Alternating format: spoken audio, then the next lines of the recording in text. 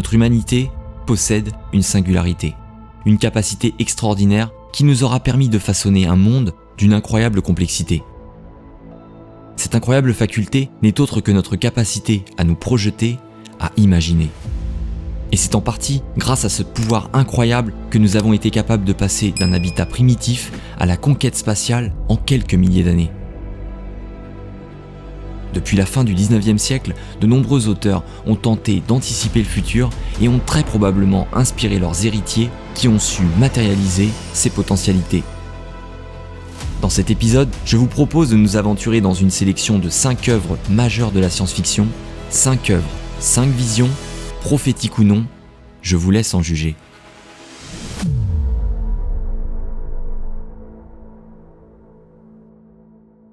Back to the Future.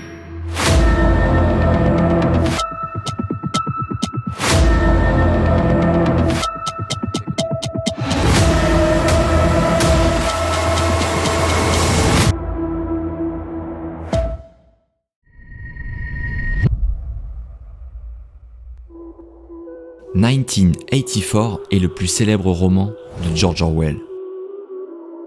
Il y décrit une Grande-Bretagne et plus généralement un monde où la liberté d'expression n'existe plus. Préfigurant l'avènement d'un totalitarisme numérique généralisé, dans cette société, toutes les pensées sont minutieusement surveillées. Lorsqu'en 1948, Orwell achève l'écriture de son chef-d'œuvre, la télévision n'en est qu'à ses balbutiements. Et pourtant, il imagine le concept de télécran, un système de vidéosurveillance et simultanément de télévision qui diffuse en permanence les messages du parti. Fait troublant ou véritable hasard du calendrier, à vous d'en juger, il faudra attendre l'année 1984 pour voir les chaînes de télévision se multiplier. Certains concepts, inventés comme celui de la police de la pensée ou sa célèbre novlangue, sont devenus des archétypes qui font quasiment partie désormais de la nomenclature du jargon des sciences politiques. Quoi de mieux pour illustrer 1984 que d'observer ce qui se passe depuis quelques années dans l'Empire du Milieu, où les technologies de surveillance de masse se développent à vitesse grand V. Et jusqu'à peu, en Occident, beaucoup tentaient de se rassurer en se disant que ces outils et ces pratiques avaient peu de chances de s'installer dans nos démocraties. Pour ceux qui aimeraient se renseigner sur le sujet, je vous invite à regarder ma vidéo sur le crédit social pour prendre la mesure de ce qui est en train de se passer.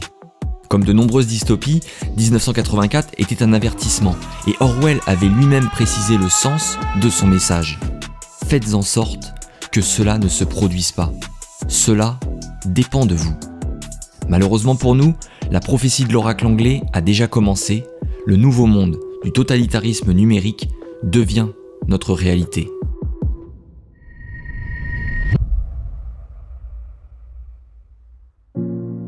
La technologie utilisée intelligemment et à bon escient pourrait pourtant nous être d'une grande utilité. Lorsque l'on observe l'évolution humaine, force est de constater que l'homme est un pionnier. Alors selon ce constat, en toute logique, notre prochaine destinée serait de partir explorer, voire coloniser les astres de la Voie lactée. Fait positif, la révolution spatiale pourrait bien nous démontrer que notre anthropocentrisme est complètement dépassé et que la vie sur Terre ne serait pas synonyme de singularité. Sorti en 2016, Premier Contact, réalisé par Denis Villeneuve, est adapté d'une nouvelle de Ted Chiang, L'histoire de la vie. Si le talent de réalisation de Villeneuve n'est plus à démontrer, l'originalité du scénario place le spectateur devant une évidence, celle de la difficulté, voire l'impossibilité de communiquer avec nos visiteurs dans le cas d'un contact avéré. Le film évoque l'apparition inattendue de 12 mystérieux vaisseaux extraterrestres à différents endroits du monde, stationnés à quelques mètres au-dessus du sol ou de l'océan. Pour tenter de comprendre le but de cette intrusion et établir le contact, l'experte en linguistique comparée Louise Banks est recrutée par l'armée. Accompagnée d'un physicien théoricien, Ian Donnelly, Louise et son équipe parviennent à établir un contact grâce à une communication écrite en cercle d'une incroyable complexité. Mais la subtilité de cette nouvelle forme de langage conduit à un grand malentendu qui pourrait bien avoir des effets insoupçonnés. À l'instar d'Orwell et de sa novlangue, mais de façon différente, Premier Contact démontre l'importance primordiale du langage. Partez ! Les langues sont synonymes de culture et nous permettent d'échanger des idées et des concepts qui ne peuvent parfois pas être traduits. Actuellement, 7000 langues et dialectes sont parlés sur Terre et si rien n'est fait, la moitié aura disparu avant la fin de ce siècle. Notre patrimoine linguistique humain est plus que jamais concerné par la perte de cette forme de biodiversité.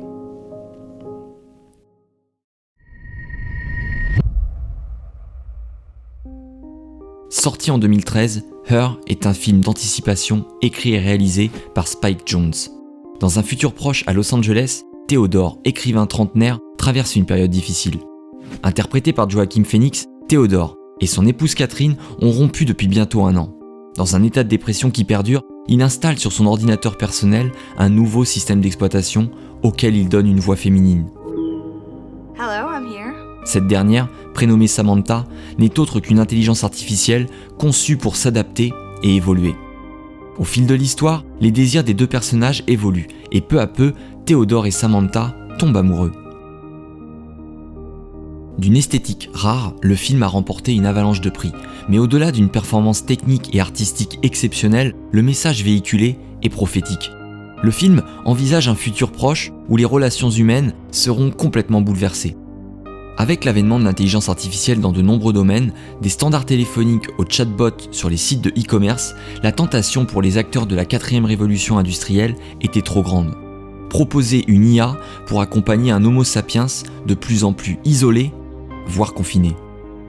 Et c'est une fois de plus en se tournant vers l'avenir, c'est-à-dire vers l'empire du milieu, que l'on observe la réalité dépasser la fiction. En Chine, à l'heure où les citadins peinent à trouver l'amour, une entreprise a mis au point un chatbot capable de remplacer n'importe quel petit ami. Le succès est exponentiel selon l'entreprise Xiaoke qui revendique 150 millions d'utilisateurs en Chine et plus de 700 millions à travers le monde.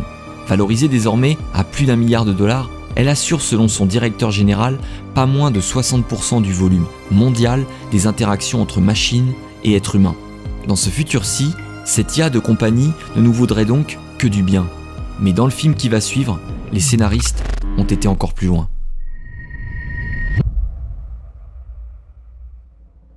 Sorti en 1991, pour les plus jeunes d'entre nous, il est difficile d'imaginer à quel point le 2e opus de la saga Terminator a révolutionné l'univers de la science-fiction.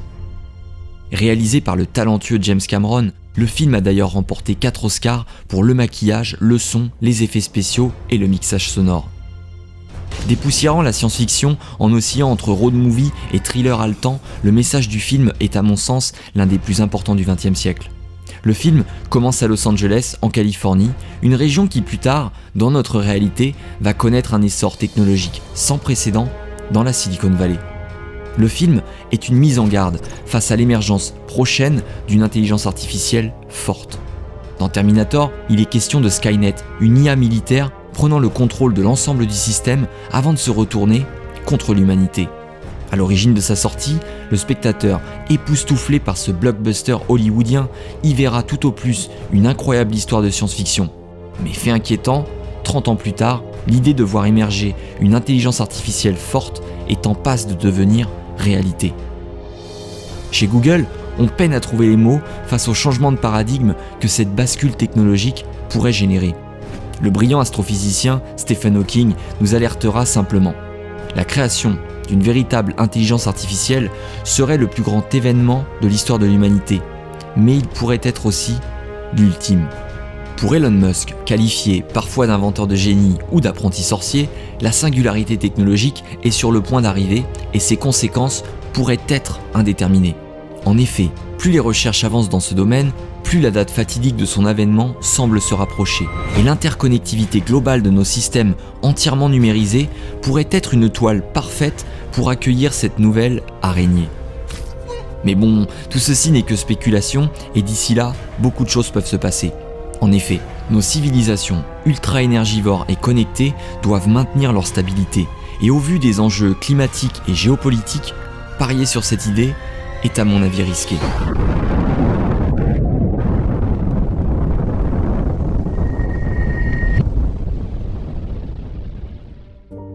Probablement l'un des meilleurs films dramatiques d'anticipation post-apocalyptique. L'histoire prend place dans un décor d'arbres calcinés, au sol recouvert de cendres et où la faune a disparu. Ce road movie, d'un genre inédit, nous présente l'histoire d'un père et de son fils poussant un caddie avec à l'intérieur ce qui semble être leurs effets personnels. L'homme commence alors un monologue glaçant. Les horloges se sont arrêtées à 1h17. Il y a eu comme un éclair, suivi de plusieurs secousses. On doit être en octobre, mais je n'en suis pas sûr après toutes ces années. Chaque jour est plus gris que le précédent. Il fait froid, de plus en plus froid, alors que le monde se meurt. Aucun animal n'a survécu et il n'y a plus de récolte. Ce film est particulièrement choquant car selon moi il dépeint de façon réaliste et brutale l'animalité de l'homme dans un monde où la civilisation se serait effondrée. Tiré du roman du même nom écrit par Cormac McCarthy, l'ambiance qui se dégage de ce film est édifiante. Si le spectateur ou le lecteur reste dans l'ignorance quant à l'événement à l'origine de cet enfer, nous pouvons tout de même imaginer plusieurs possibilités. Cela pourrait être dû à un conflit armé qui, échappant à tout contrôle, aurait entraîné une apocalypse nucléaire dont les rares rescapés peineraient à survivre dans ce monde chaotique et désolé. On retrouve d'ailleurs l'idée d'apocalypse nucléaire dans la première scène de Terminator 2, précédemment citée. Mais cela pourrait être également la folie des puissants, qui tentant d'atténuer l'effet de serre, auraient joué les apprentis sorciers. Si vous ne le saviez pas, cette option est sérieusement envisagée. À l'ère de l'Anthropocène, la géo-ingénierie commence à émerger et à n'en pas douter, cette technologie nous sera bientôt vendue comme le miracle qui pourrait sauver l'humanité. Le hic, c'est que la nature ne se contrôle pas et que le risque pourrait être simplement d'achever le dérèglement complet de notre planète qui, rappelons-le, était à l'origine un jardin d'Éden. Alors, The Road, prophétie ou dystopie, je vous laisse me dire en commentaire ce que vous en pensez. Depuis quelques années, tout est en train de s'accélérer. La société du contrôle numérique généralisé arrive à grands pas et les révolutions technologiques sont en train de dépasser tout ce que nous aurions pu imaginer. Selon cette logique, et lorsqu'on prend en compte également l'effondrement inhérent à la dégradation de notre environnement, il est particulièrement difficile d'imaginer la société de 2100. Plusieurs trajectoires semblent se dessiner. Et parmi celles-ci, l'avènement de l'IA, si elle est mal encadrée, nous propose un avenir où l'humain serait complètement dépassé. S'érigeant comme un rempart face à l'asservissement des machines, Elon Musk, lui, nous promet un cerveau aux capacités cognitives boostées grâce à ses implants Neuralink. La réalité dépasse la fiction, car ces implants sont actuellement en cours de test sur le chimpanzé. Et pendant ce temps, au XXIe siècle et comme jamais dans l'histoire de l'humanité, les challenges environnementaux semblent difficiles, voire impossibles à relever. Qu'elles soient prophétiques ou non, les œuvres décrites dans cette vidéo nous démontrent bel et bien que c'est notre imaginaire qui finit par créer la réalité. Alors, dans ce monde fait d'incertitudes et de prophéties anxiogènes, comme le disait Nelson Mandela, garder espoir pourrait être notre dernière arme lorsque tout le reste est perdu. J'espère que cet épisode vous a plu et comme d'habitude, pensez à partager et à liker pour m'aider à être mieux référencé. Merci encore à Sylvain B pour son idée et je vous dis à bientôt pour de nouvelles aventures.